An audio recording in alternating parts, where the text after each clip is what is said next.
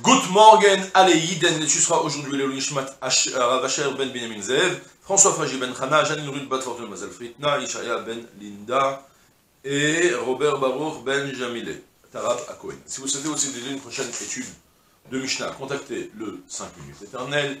Nous étions à Sechet Dmai, Perek He, Mishnah Zayin.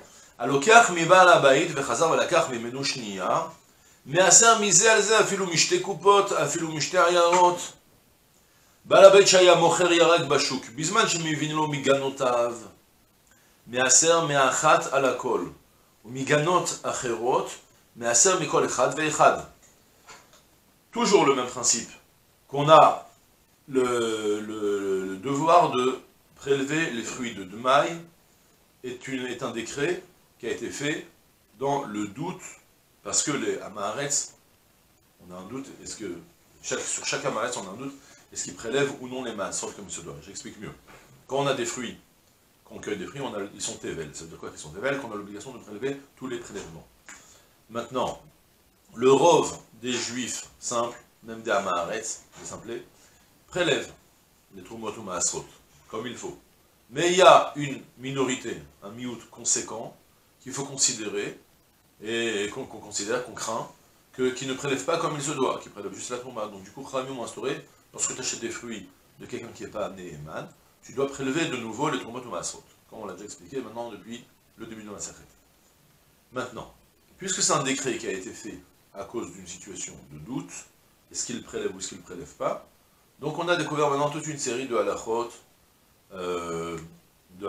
qui vont faire que maintenant, lorsque tu vas prendre de deux personnes différentes, de deux amaretz différents, tu ne pourras pas prélever les fruits de l'un sur l'autre, parce que peut-être que lui, Dovka, c'est quelqu'un qui prélève, et l'autre c'est quelqu'un qui ne prélève pas. Dans le doute, tu dois prélever les fruits de chaque provenance indépendamment. À la différence, si c'était du vrai Tevel, que même si c'est deux personnes différentes, tu peux prélever les fruits de l'un sur l'autre, parce que les fruits ne sont pas prélevés. Ça, on l'a vu longuement, et maintenant on a une nouvelle situation, avec un Baal Habayit, quelqu'un, quand on a différencié du Siton, ou du Baal Chanout, du vendeur de magasin. Le Baal Habayit, c'est celui qui vend sa propre récolte. Alors la Mishnah me dit, Alokar mi Baal Habayit, celui qui achète d'un Baal Habayit, d'un quelqu'un qui a sa production personnelle, Vechazar velakach mimenu shniya, et après tu repars plus tard, et tu achètes même une deuxième fois. Alors la Mishnah me dit, Measer mizal, tu pourras prélever les fruits d'un achat sur l'autre, afilo mishte kupot, même si tu vois que c'est apparemment deux origines de chez lui, c'est deux boîtes, de deux caisses différentes, ça veut dire que tu sais, afilo mishte ayarot, même si c'est de deux villes, c'est-à-dire tu vois bien que c'est deux fruits différents, ça c'est les oranges qu'il fait pousser dans son verger qui se trouve à Yerushalayim, et l'autre c'est son verger qui se trouve à Tel Aviv. Tu vois bien, c'est très différent, elles ont une tête différente, elles ont une boîte différente, il y a même le ticket de caisse de la boîte qui est différent. Tu vois bien, il n'y a pas de doute, ça vient d'ici, ça vient de là. Mais quoi, ça suffit de prélever les fruits de l'un sur l'autre. Pour quelle raison? C'est très simple. C'est vrai que ce Baal Habayit c'est un Maharetz, mais comme on a dit, les Shala Maharetz, c'est soit il prélève, soit il ne prélève pas. Maintenant, quelqu'un qui prélève, alors il fait attention à tout prélever. Et quelqu'un qui ne prélève pas, il fait attention à rien prélever. Ça ne veut pas que des fois il prélève, des fois il ne prélève pas. Soit il fait tout, soit il fait rien. Donc du coup, c'est le même propriétaire.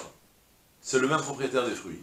Même si c'est deux provenances de deux vergers différents, parce qu'il a des champs de partout, malgré tout, soit c'est une personne qui est méticuleuse sur le maaser, soit c'est une personne qui ne l'est pas. Donc de deux choses l'une. Lorsque tu vas acheter des fruits, tu vas acheter des oranges le lundi. Après tu repars mardi, tu vas acheter des autres oranges, et tu vois que c'est des oranges qui sont d'une origine différente de ses propres terres. Ben, dans ce cas-là, tu pourras prélever les fruits de fruits de lundi sur les fruits de mardi. Pour quelle raison? Parce que soit ce Amaharetz, ben c'est quelqu'un qui prélève, donc il a prélevé lundi comme mardi, donc les fruits en réalité ils ne sont pas imposés de maaser.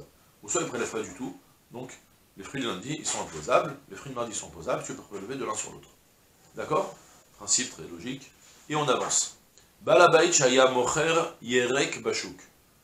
Bisman shemividlo miganotav maaser me'achat al hakol. La même idée.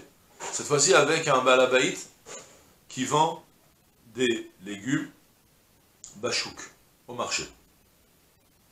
Alors là, Bisman Shemevinelo Miganotav, tant qu'on lui apporte les fruits de ses propres ganotes, on va expliquer que c'est pas exact, ses ganotes c'est de ses propres vergers, mais aser me'achat à la colle, il pourra prélever de l'un sur l'autre. Par contre, mi ganot acharot, mais si on lui apporte de provenance de vergers différents, mais aser mikol echad ve'echad. C'est-à-dire, au sens simple, la Méchane me dit, écoute-moi, ce même balabait, on a toujours la même idée. Soit c'est un Maharetz qui fait attention au Tromotomasrot, soit il ne fait pas attention au Tromotomasrot. Et sur ça, la Méchane me dit, au sens simple, tant que la provenance, c'est de ses propres ganotes, alors c'est lui qui veille, est-ce que c'est prélevé ou pas. Donc soit il a veillé comme il se doit, soit il n'a pas veillé. Mais si jamais il a des autres ganotes, des autres, alors soit tu veux dire que c'est des propriétaires différents, soit tu veux dire qu'en fait il les a mis en gérance chez d'autres personnes par exemple, et que on n'en est pas sûr, et donc que maintenant le devoir de prélever c'est plus ce balabait, c'est les autres. Donc peut-être qu'en réalité cette fois-ci, peut-être que là c'est une provenance de quelqu'un qui a prélevé, là c'est une provenance de quelqu'un qui n'a pas prélevé. Au sens simple, donc on a fait la différence entre ses propres vergers et les vergers des autres. En réalité, c'est le Tosafot Tov, si je ne me trompe pas, qui nous rapporte qu'on parle en réalité que, une seconde, non, je ne sais plus c'est qui me l'a dit, en tout cas, ça, comme je dis, ça peut être soit ses propres vergers, soit les vergers des autres, soit même aussi, ça peut être les vergers des autres qui lui apportent, mais qui ne lui précisent pas, est-ce que, le principe, je n'ai pas besoin de prendre la tête trop. L'idée c'est toujours la même, de nouveau. Si c'est sûr que c'est tout c'est sous la même responsabilité du même vendeur, alors dans ce cas-là, c'est soit tout oui, soit tout non.